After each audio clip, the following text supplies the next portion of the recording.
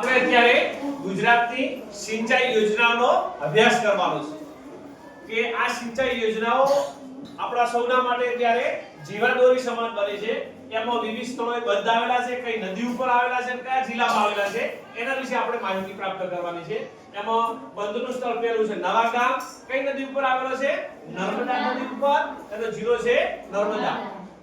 બીજી યોજના છે ઉકાઈ. કઈ નદી ઉપર આવેલો છે? તાપી. કયા જિલ્લામાં? તાપી જિલ્લામાં. ત્રીજો છે કડાણા, મહી નદી ઉપર, જિલ્લો મહીસાગર. એના પછી ધરોઈ, સાબરમતી નદી ઉપર અને જિલ્લો મહેસાણા. પાનમ નદી પાનમ નદી ઉપર બાંધેલો છે અને જિલ્લો મહીસાગર. નદીનું નામ છે કરજણ અને જિલ્લો નર્મદા.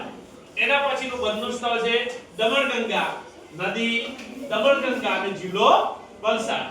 એના પછી બંધનું સ્થળ છે દોતીવાડા નદી, બનાસ અને જિલ્લો બનાસકાંઠા. એના પછી બંધનું સ્થળ છે શેત્રુંજી નદી, શેત્રુંજી અને જિલ્લો ભાવનગર. એના પછી બંધનું સ્થળ છે ભાદર નદી, ભાદર અને જિલ્લો રાજકોટ. એના પછી બંધનું સ્થળ છે સુખી નદી. કઈ છે?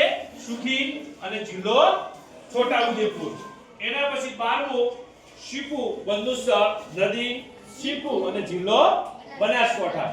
એના પછી બંધનું સ્થળ છે વાત્રક નદી, વાત્રક અને જિલ્લો. યોજનાઓમાં આગળ 14મું બંધનું સ્થળ કયું છે? હાથમતી નદી, હાથમતી અને જિલ્લો સાબરકાંઠા. એના પછી 15મું બંધનું સ્થળ છે બચ્ચુ 2. કઈ નદી છે? બચ્ચુ નદી, જિલ્લો મોરબી. એના પછી 16મું બંધનું સ્થળ છે દેવ નદી, દેવ અને જિલ્લો પંચમહાલ. એના પછી 17મું બંધનું સ્થળ છે મેશ્વો નદી, મેશ્વો અને જિલ્લો અરવલ્લી.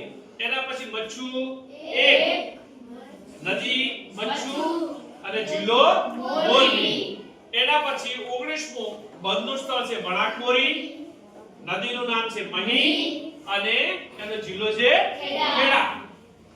એના પછી 20મું બંધનું સ્થળ ઊંટ નદી, ઊંટ અને જિલ્લો જામનગર.